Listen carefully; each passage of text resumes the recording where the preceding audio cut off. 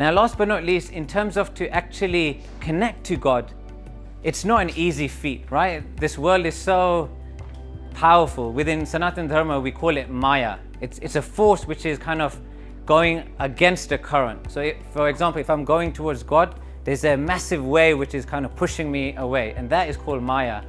But now, in order to kind of escape this Maya, we have to find someone who can take refuge in. We need a guru, we need a spiritual master who can kind of give us a bit of guidance and direction in our lives. Now, let me give you a quick example. Has everyone heard of a Chinese gong? Yeah, put your hands up. Don't be shy. Okay, fine.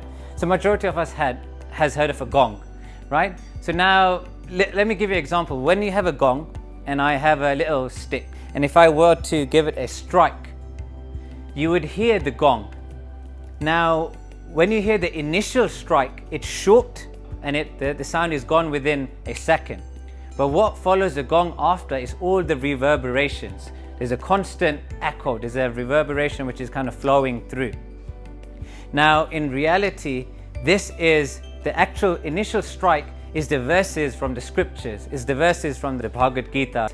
When we read it face on value, we might not understand it straight away. You know, it's quite difficult to kind of digest. Why? Because our mind is very controlled in a certain kind of way. The second sound is the reverberation, it's the vibration, it's the echo.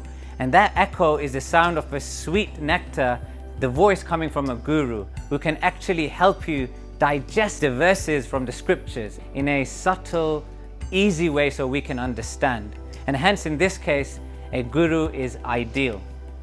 Now, last but not least, I'm just going to give you a short story to kind of understand the potential of a guru and what a guru represents. A guru, imagine, you know, sometimes people will think it's like a teacher. So when you go to school, we all had the opportunity to have the syllabus at hand, right? When you go to university, we have all the books at hand.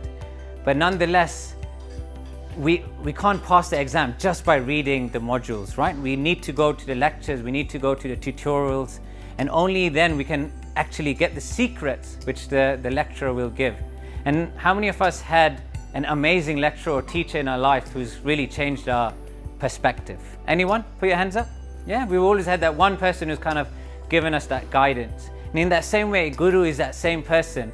One mode is within academics, but the other mode is within spirituality. And the same aspect applies. And in spirituality, this guru is like a mother figure or a father figure, and he will always be caring and loving. Now let me give this story. So one day, one guru was traveling from one village to the other. Now within India, it's monsoon season, so it's constantly raining.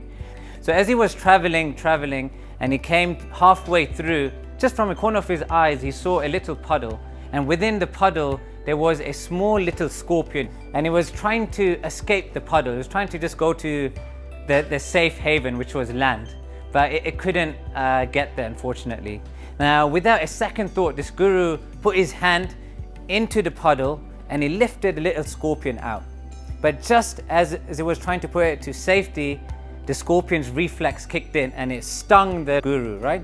And then naturally the guru just withered away and dropped the scorpion.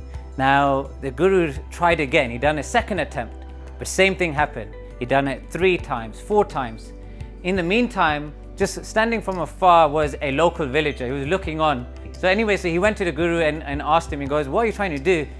The guru goes, "Nothing, I'm just trying to save this little scorpion's life." And then the local villager, like us, he goes, "Why? Can't you see you tried 2 times, 3 times? It doesn't want to be saved. Just let the damn thing die. It doesn't deserve to be alive. All it cares about is hurting you." But then the guru said something so important, so powerful. "I understand, you're right. The nature of the scorpion is to hurt, is to strike. But equally, the nature of the guru is all about love, it's all about patience, and all about teaching.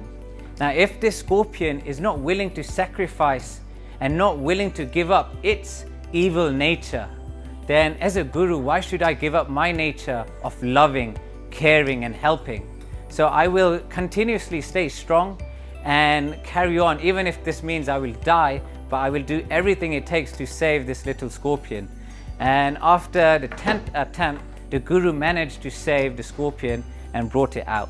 Now this kind of shows within our lives that we need a guru who can kind of give us that time, that dedication and patience. And not only that, a guru is willing to kind of understand that not one size fits all. Not all of us can get to God in a certain manner. There's different kind of journey paths.